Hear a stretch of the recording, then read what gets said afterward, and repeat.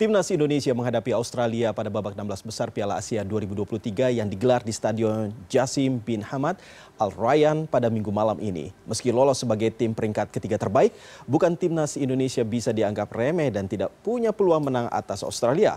Lantas apa saja senjata yang bisa dimaksimalkan oleh skuad Garuda asuhan Sinteyong ini? Kami mengulasnya bersama pengamat sepak bola Anton Sanjoyo. Halo, selamat malam Bung Joy, apa kabar? Selamat malam Iqbal, kabar baik. Baik, Bung Joy. Bung Joy, saya akan merunut lagi ke belakang sedikit. Ini secara head to head, ini Indonesia pernah bertemu dengan Australia sebanyak 18 kali bertemu dengan Australia, di mana 1 kali menang, 3 kali seri, begitu ya, kalau saya tidak salah. Nah, ini kalau melihat dari head to headnya, kira-kira apa senjata bagi Indonesia ini untuk bisa melit begitu ya, untuk bisa leading dibandingkan dengan Australia? Ya kalau head to headnya udah agak terlalu lama mungkin kita harus lupakan ya, karena Australia ini kan sebetulnya ketika dia masuk ke Federasi AFC memang keinginannya adalah dia bisa lebih berkembang dan punya jatah lebih banyak kesempatan untuk masuk ke Piala Dunia. Dan di Piala Dunia terakhir mereka terbukti bisa masuk ke babak 16 besar ya, merepotkan Argentina juga di babak 16 besar. Jadi memang kalau kita lihat dalam konteksnya sejarah memang sudah agak lama, tapi Australia ini yang saya runut dari penampilan mereka di Piala Dunia, timnya agak berbeda dengan tim Piala Asia ini. Mungkin hanya sekitar 50% dari tim Piala Dunia yang masih dibawa oleh pelatih sekarang. Jadi pelatih ini melakukan revolusi besar-besaran ya, memasukkan banyak sekali pemain muda. Oleh sebab itu saya tidak terlalu percaya pada Sintayong yang mengatakan bahwa ya peluang Indonesia cuma 30%. Menurut saya agak lebih gede dari 30% ya, mungkin sekitar 40-45%. Karena kalau saya lihat tidak ada satupun pemain yang bermain di klub top di Eropa ya, pemain-pemain Australia ini. Kira-kira kualitasnya sama lah sama pemain-pemain Indonesia yang naturalisasi. Ada Rafael Struijk, Elkan Bagot, dan kebetulan ini akan ada perubahan dalam struktur permainan ya. Bukan skemanya tapi kebanyakan ada perubahan susunan pemain dari tim yang diturunkan oleh Sinteyong.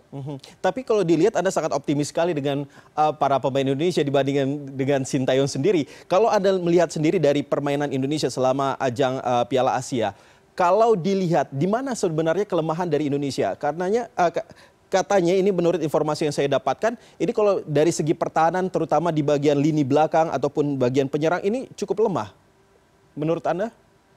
Ya kalau kita lihat dari uji coba ketika berada di Turki kan, melawan Libya kemudian melawan Iran kan, memang Indonesia agak keteteran ya di lini belakang. Melawan Irak menurut saya juga masih ada kelemahan 1-2, tapi menurut saya ada progres yang cukup bagus ya, dan saya cukup terkejut ketika mereka bisa bermain begitu kompak di lini belakang. Bahkan Sintayong menerapkan strategi yang ekstrim ketika melawan Vietnam di babak pertama ya, dengan high defensive line, membuat pemain-pemain Vietnam tidak terlalu berkutik. Hanya mungkin memang agak kendor di babak kedua, tapi menghadapi menghadapi Jepang kemarin memang tidak terlalu efektif. Dan strategi 5-4-1 dengan memperbanyak pemain di belakang saya rasa cukup tepat, walaupun memang kita tahu kualitas Jepang ini memang luar biasa karena mereka kan sekarang nomor 1 di Asia. Dan Australia ini memang cukup menjadi ancaman ya, tapi menurut saya mereka bukan tim yang setara dengan Korea atau dengan Jepang ya, atau dengan Saudi Arabia. Menurut saya mereka elit, tapi elitnya layer kedua lah gitu. Kalau saya lihat juga perjalanan mereka kan nggak terlalu mulus, hanya menang 2-0 lawan India, kemudian menang 1-0 lawan Suriah, draw 1-1 lawan Uzbek. Jadi rasanya sih dari sisi bagaimana mereka tidak kebobolan cukup oke, tapi mereka juga nggak terlalu banyak bikin gol. Nah, kecuali mereka memang menyimpan tenaga untuk babak 16 besar. Kita belum tahu, tapi akan kelihatan di 15-20 menit pertama. Kalau Indonesia bermain dengan 5-4-1 bisa menahan sampai dengan 45 menit, saya rasa peluang Indonesia untuk bisa lolos ke babak 8 besar cukup besar ya. Oke, berarti pola permainannya seperti apa nih Indonesia sebaiknya? Apakah sistem bertahan atau menyerang?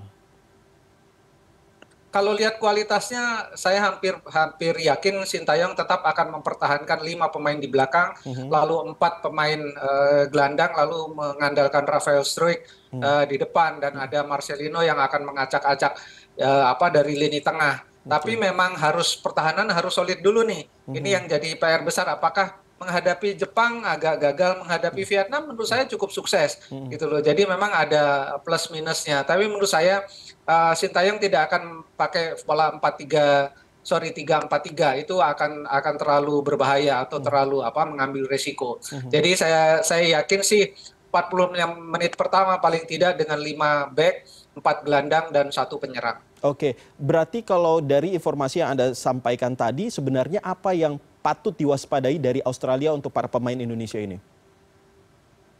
Ya, mereka memang kelihatan lebih bugar ya, dan posturnya juga agak unggul lah, cukup mengancam, mendominasi pemain-pemain Indonesia.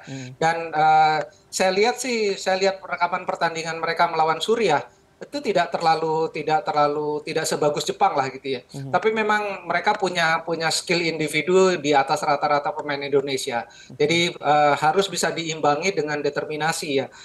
Mungkin dengan permainan yang sedikit force, sedikit keras, tapi tidak melupakan unsur teknis dan taktikalnya. Dan saya rasa pemain Indonesia sudah cukup memperlihatkan itu dalam 3 pertandingan terakhir. Rasanya sih rame nih pertandingan melawan Australia, asal nggak kebobolan cepet aja. Kalau kebobolan cepet biasanya memang agak kontraproduktif ke depannya. Oke, kita berandai-andai Bung Joy. Kalau seandainya Indonesia bisa seri dengan Australia ataupun bisa menang gol dengan Australia, apa yang akan terjadi ke depannya? Ya, kalau bisa lolos ke babak 8 besar mengalahkan Australia, saya rasa bukan cuma peringkat Indonesia yang meningkat ya, tapi memang kepercayaan diri yang luar biasa. Cuma memang apakah menghadapi Australia di babak knockout itu kan menurut saya bukan 30-70 seperti Sintayong lah, 40-60 atau 45-55. Tapi rasanya sih kan tetap ada peluang gitu loh. Jadi kalau katakan Anda berandai-andai bisa lolos ke babak 8 besar, ketemunya Korea gitu kan, memang ya habis itu sih selesai lah gitu ya, lawan Korea memang agak terlalu jauh. Tapi menurut saya melawan Australia ya masih ada peluang lah. Bukan tidak mungkin Indonesia lolos ke 8 besar. Tapi respon Anda sendiri mengingat bahwa ketika Indonesia lolos ke babak 16 besar, tidak sedikit netizen yang menganggap remeh dan mengatakan bahwa ini faktor kebetulan. Respon Anda bagaimana? Apakah sebenarnya memang kualitas timnas Indonesia itu sebenarnya buruk atau sebenarnya memang seharusnya justru sangat bagus sekali bahkan bisa sampai masuk 16 besar? Ya, kalau dibilang ini kebetulan ya bisa juga kebetulan. Bahkan saya pernah mengatakan ini lucky loser lah. Kan Indonesia 2 kali kalah, 1 kali menang gitu loh. Sementara juga kan last minute juga Indonesia lolos berkat Kyrgyzstan bisa cetak gol kan. Nah, itu kalau ada yang bilang ini keberuntungan ya benar juga. Tapi bahwa Indonesia ada progres juga gitu. Yep. Kalau saya lihat sih pola permainan mereka sejak dipegang Sintayong memang ada perubahan yang cukup mendasar. Walaupun Sintayong sendiri masih mengeluhkan beberapa hal basic ya. Tapi saya rasa dengan timnya dia telah bekerja cukup keras sehingga kekurangan-kekurangan itu bisa terus dieliminasi dari pertandingan ke pertandingan. Jadi menurut saya memang ada progresnya, ada apresiasi yang harus kita berikan, tapi juga ada warning karena Indonesia ini kan lolosnya sebagai lucky loser gitu loh. Tapi apapun kan lolos gitu kan. Dengan kemenangan lawan Vietnam yang menurut saya itu poin plusnya kan selama mungkin 10 tahun terakhir Indonesia selalu kesulitan melawan Vietnam dan kemarin bisa menang. Kalau di level kelompok umur Indonesia udah sering menang lawan Vietnam, tapi di kelompok senior Indonesia jarang sekali menang. Bahkan Sintayong kan belum pernah menang ketika megang Indonesia dan melawan Vietnam di level senior. Jadi menurut saya ini progres. Nah, menurut Anda seberapa besar ini peran dari Sintayong dalam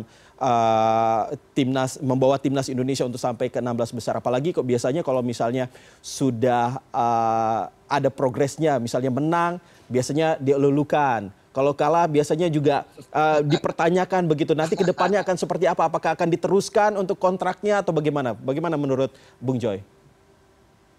Sintayong ini kan pelatih kelas dunia. Ya, dia pernah membawa Korea Selatan di Piala Dunia, pernah mengalahkan Jerman juga di Piala Dunia bersama Korea Selatan. Jadi ini pelatih bukan pelatih kaleng-kaleng gitu ya. Dan saya yakin ilmu dia itu memang udah level level dunia. Cuma problemnya kan ketika dia berkomunikasi kan dia belum bisa bahasa Indonesia gitu loh. Bahasa Inggris pun dia nggak bisa. Nah, ini yang menjadi persoalan. Dia sendiri pernah mengeluhkan pemain-pemain Indonesia ini cepat lupa gitu loh. Sekarang diajarin taktikal, besoknya udah lupa lagi gitu kan.